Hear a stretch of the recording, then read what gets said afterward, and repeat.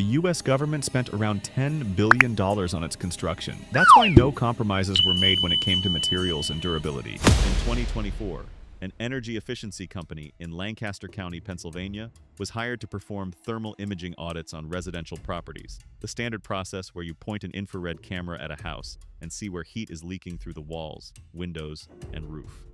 Red and orange patches mean poor insulation. Blue and purple mean the building is holding its temperature. It is routine work. They do hundreds of houses a year. Then they scanned an Amish farmhouse built in 1838.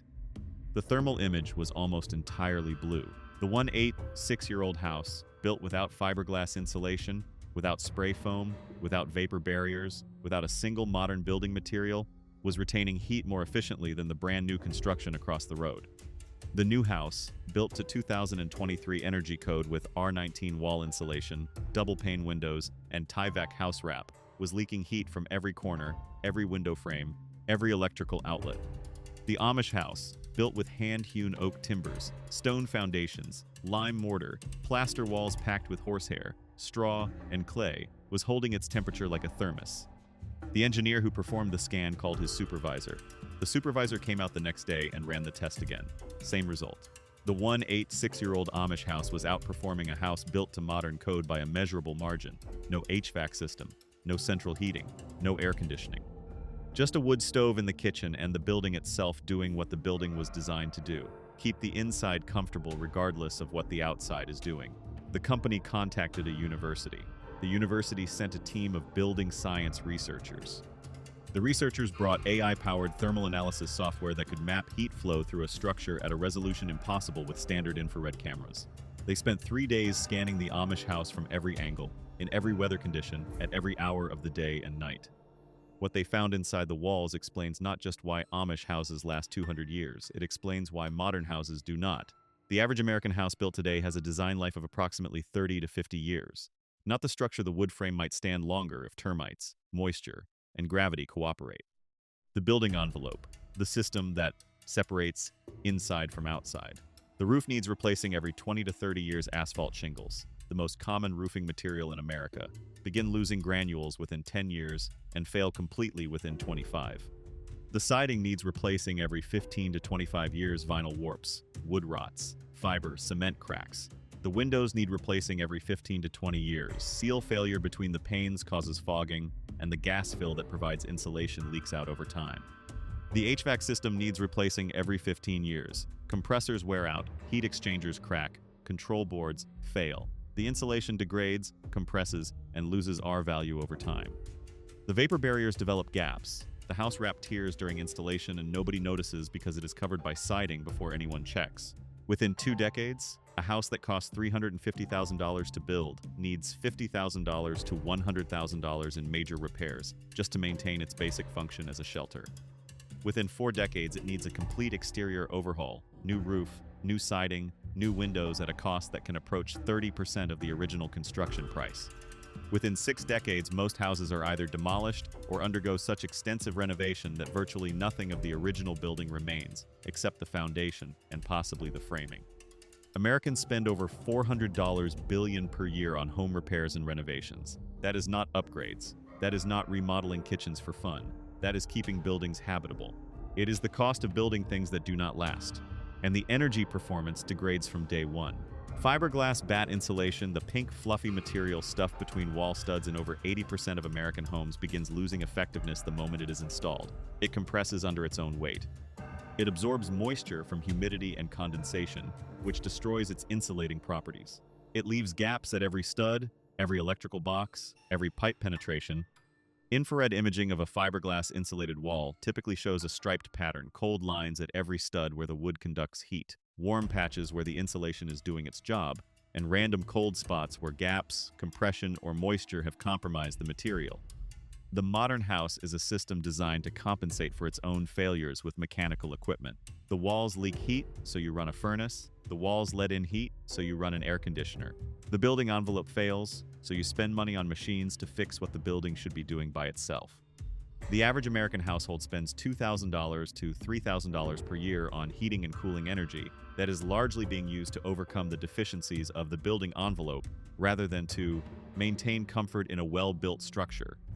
The Amish house does not have a furnace. It does not have an air conditioner. It has a wood stove, and it has walls that work. The AI-powered thermal analysis system used by the university team mapped heat flow through the Amish farmhouse's walls, floor, and roof at a resolution of less than 1 millimeter. It could detect temperature differentials of 0.01 degrees Fahrenheit, and what it revealed was not a single secret but a system, an integrated building approach that modern construction has abandoned in favor of cheaper, faster, inferior methods. The walls of the Amish farmhouse are constructed using a technique called mass wall construction. The exterior walls are roughly 18 inches thick compared to the 5-inch stud walls used in standard American framing. The wall assembly, from outside to inside, consists of stone or brick exterior, a thick layer of lime mortar, solid, hand-hewn oak timber framing with no cavities, interior plaster applied directly to the timber and packed with a mixture of horsehair, straw, clay, and lime. Each of these materials performs a specific thermal function that the AI identified and quantified. The stone exterior has high thermal mass.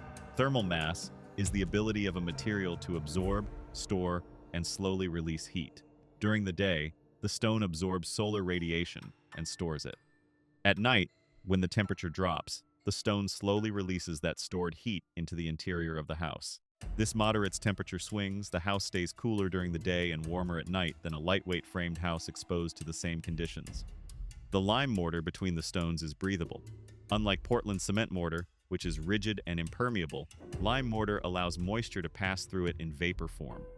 This is critical because moisture trapped inside walls is the primary cause of insulation failure, mold growth, and structural decay in modern construction. In a modern house, moisture enters the wall cavity through air leakage, condenses on the cold side of the insulation, and has no way to escape through the vapor barrier. It sits there, rotting the wood, growing mold, and destroying the insulation. In the Amish wall, moisture vapor passes through the lime mortar, through the plaster, and evaporates. The wall breathes. It manages its own moisture without any mechanical intervention. The solid timber framing eliminates thermal bridging. In a modern stud wall, the wooden studs conduct heat directly from inside to outside, creating cold stripes visible on every infrared scan. In a solid timber wall, there are no cavities and no through connections. The wood itself provides modest insulation, and the mass of 18 inches of solid material creates a thermal buffer that lightweight framing cannot match. The horsehair-straw-clay lime plaster interior functions as both a finished surface and an insulating layer. The straw provides dead air spaces that resist heat flow, the same principle behind fiberglass insulation but without the degradation over time, because straw, when embedded in clay and lime, does not compress, does not absorb moisture from the air, and does not settle. Straw clay insulation has been found in European buildings over 500 years old that still performs at or near its original insulating capacity. The clay provides thermal mass. It absorbs heat during the day and releases it at night, moderating temperature swings. The horsehair provides tensile reinforcement that prevents cracking, functioning like rebar in concrete but at a microscopic scale. And the lime provides antimicrobial properties that prevent mold and mildew growth, the same self-healing lime chemistry that the MIT team found in Roman concrete. When the lime plaster develops a micro crack, moisture enters, the lime reacts, and the crack seals itself with calcium carbonate. The walls literally heal themselves, for free, for centuries. There is one more element that the AI flagged as critically important: the absence of cavity walls. Modern houses are built with cavity walls, two thin layers of material with an air gap between them. The air gap is filled with insulation. The theory is that the insulation resists heat flow. In practice, the air gap becomes a channel for convection currents that carry heat vertically through the wall, for moisture that condenses and destroys the insulation, and for air leakage that bypasses the insulation entirely. Every electrical outlet, every light switch, every pipe penetration in a cavity wall is a hole in the thermal envelope, and a modern house has hundreds of these holes. The Amish wall has no cavity. It is solid material from exterior face to interior face. There is no air gap for convection. There is no pathway for air leakage. There are no electrical outlets because there is no electricity. There are no pipe penetrations because there is no plumbing in the walls. Water comes from a hand pump or a gravity-fed cistern. The wall is a monolithic thermal barrier with no weak points, no gaps, and no penetrations. It is, thermally speaking, the simplest and most effective wall design possible. The AI modeled the thermal performance of the complete wall assembly and compared it to a modern 2x4 stud wall with R13 fiberglass insulation, Tyvek house wrap, and vinyl siding. The Amish wall had a lower R value on paper, approximately R8 compared to R13. But its in-service thermal performance, measured by actual heat flow through the assembly over a 2-4-hour cycle with realistic temperature swings, was superior to the modern wall. The reason is that R value, the metric the entire insulation industry is built on, is a flawed measurement. R value measures resistance to conductive heat flow under steady-state laboratory conditions. It does not account for thermal mass, air infiltration, moisture effects, or radiant heat transfer. In a lab, fiberglass beats stone. In the real world, where temperatures swing 40 degrees between day and night, where wind drives air through every gap, where humidity condenses inside walls, and where the sun heats the south side while the north side freezes in the real world, the 200-year-old Amish wall outperforms the modern wall. The AI quantified the difference. The Amish farmhouse required 40% to 60% less energy input to maintain a comfortable interior temperature over a full annual cycle, compared to a code-compliant modern house of similar square footage in the same climate zone. That number bears repeating: 40% to 60% less energy. In a house with no insulation, no HVAC, no technology of any kind. A house that was built when Andrew Jackson was president. And the AI identified something even more remarkable when it modeled the performance over extreme weather events. During a simulated 3-day cold snap with temperatures dropping to -10 degrees Fahrenheit, the Amish farmhouse's interior temperature dropped to 52 degrees, cool but livable, especially with the wood stove running. The modern house's interior temperature dropped to 48 degrees within the first 24 hours of a power outage and continued falling to 38 degrees by day 3, because without electricity to run the furnace, the modern house has no backup. Its thin walls, its fiberglass insulation, and its single-pane equivalent thermal performance without mechanical assistance make it essentially uninhabitable within 48 hours of a power failure in winter.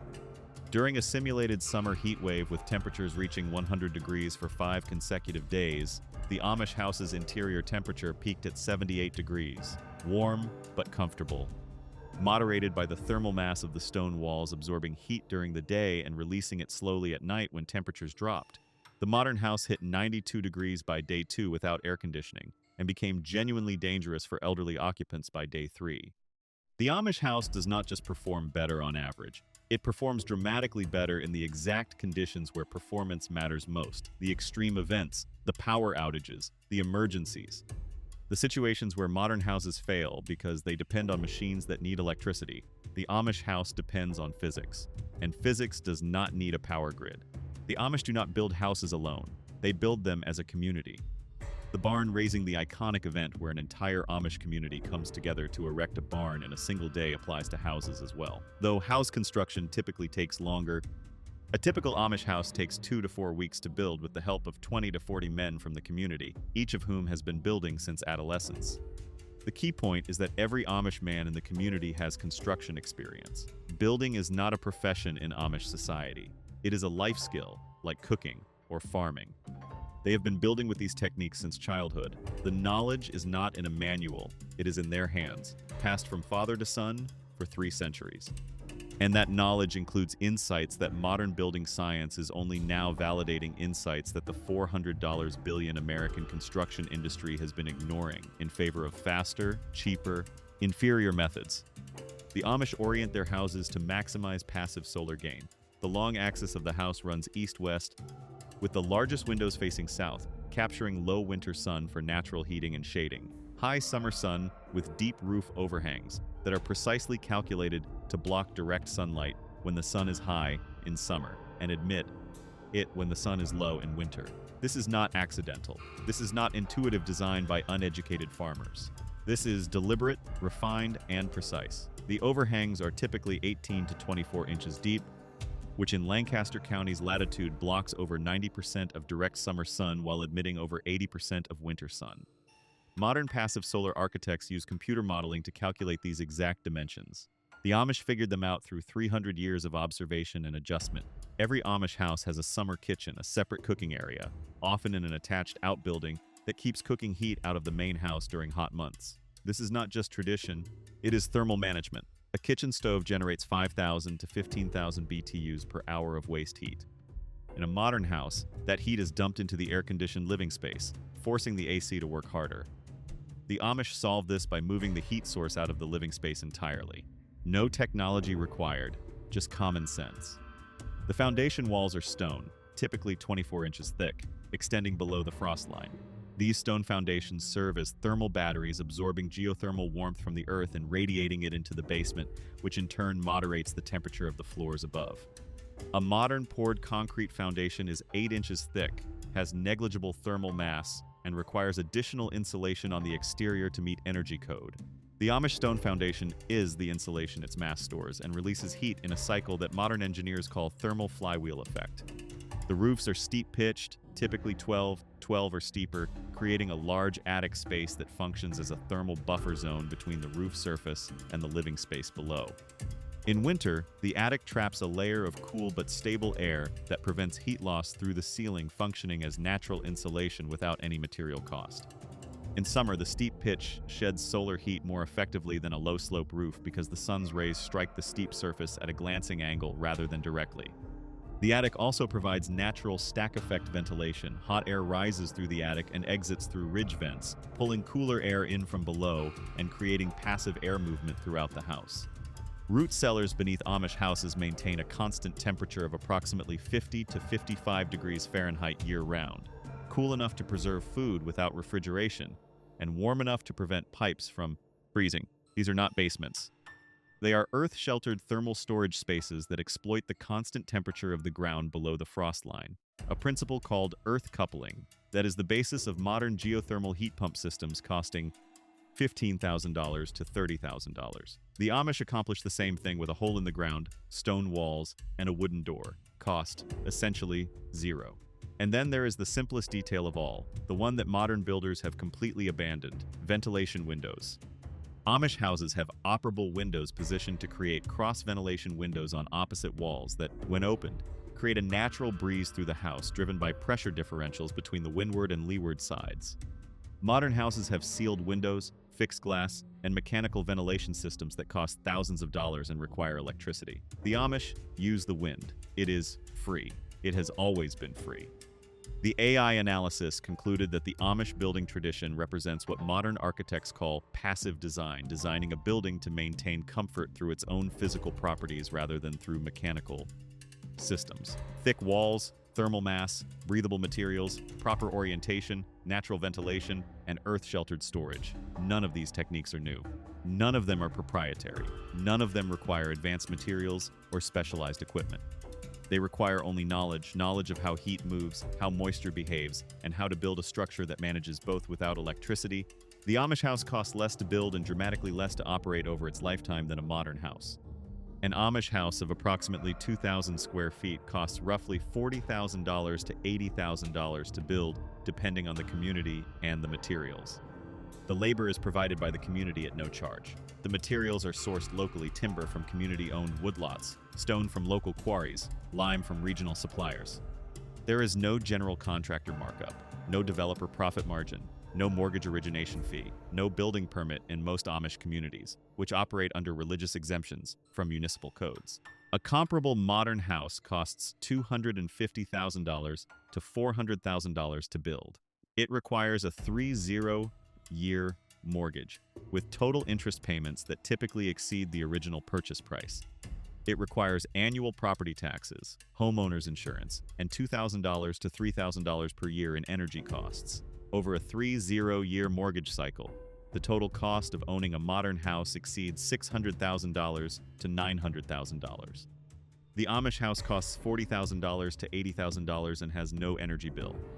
Its annual operating cost is the price of firewood, approximately $500 to $1,500 depending on winter severity. Insurance is minimal because Amish communities self-insure through mutual aid. Property taxes are lower because the properties have no electrical infrastructure, no HVAC systems, and no features that inflate assessed value. Over 30 years, the total cost of owning an Amish house is approximately $55,000 to $125,000. And the Amish house will still be standing in 200 years. The modern house will need a new roof in 25 years, $15,000, new siding in 20 years, $12,000, new windows in 20 years, $10,000, a new HVAC system in 15 years, $8,000, and possibly a new foundation waterproofing in 30 years, $10,000. That is $55,000 in mandatory maintenance just to keep the modern house habitable for its first 30 years, almost as much as the total cost of the Amish house, including construction. The AI modeled the total cost of ownership over a 200-year period, a time frame that seems absurd for modern construction, but is the actual demonstrated lifespan of Amish buildings still in use today.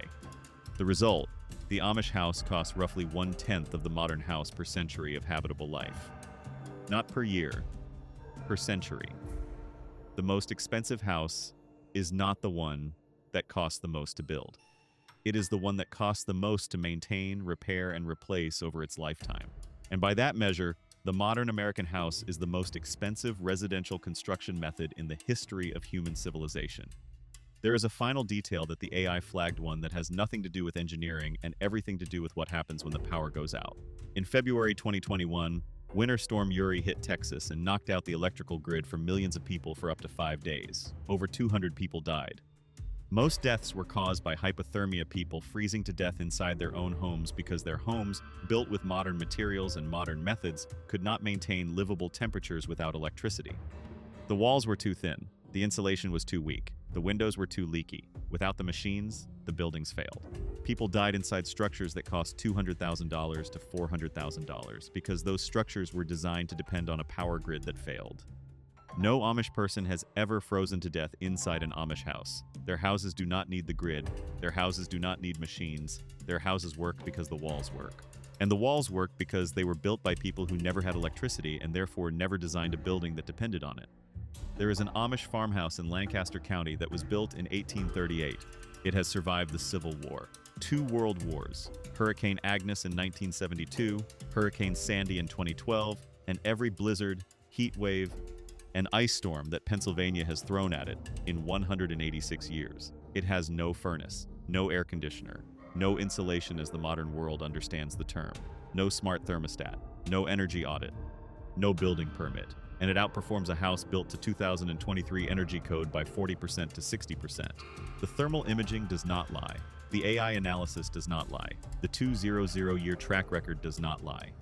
The walls are 18 inches of stone, timber, lime, clay, straw, and horsehair materials that were available to anyone, anywhere, at any point in human history. They breathe. They store heat, they release heat, they manage moisture, they resist mold, they get stronger over time as the lime continues to carbonate. And they do it all without electricity, without chemicals, without maintenance, and without a single dollar spent on energy. We build houses that last 30 years and cost $400,000. The Amish build houses that last 200 years and cost $60,000. We heat with machines that break every 15 years. They heat with thermal mass that lasts forever. We insulate with fiberglass that degrades in a decade. They insulate with walls that get better with age. We design buildings that kill people when the power goes out. They design buildings that do not need power at all. The AI scanned the Amish house and found what every building scientist secretly knows, but the construction industry will never admit. The most energy-efficient building technology ever developed is not a product. It is not a patent, it is not a spray foam, or a membrane, or a smart thermostat you control from your phone. It is a thick wall made of natural materials, oriented toward the sun, built by a community that has been doing it the same way for 300 years and has never had a reason to change because it has never stopped working. The answers are not in a catalog. They are not in a building supply store. They are not behind a paywall or a licensing agreement. They are in the walls. They have been there for 2 centuries. And they have been waiting for a machine smart enough to measure what any Amish carpenter could have told you for free. Build it thick, build it heavy, build it with what the earth gives you, and it will outlast everything. Subscribe. Because the AI keeps finding the same truth in every wall, every scroll, every field, and every ruin it scans. The old ways work, the new ways sell. And the difference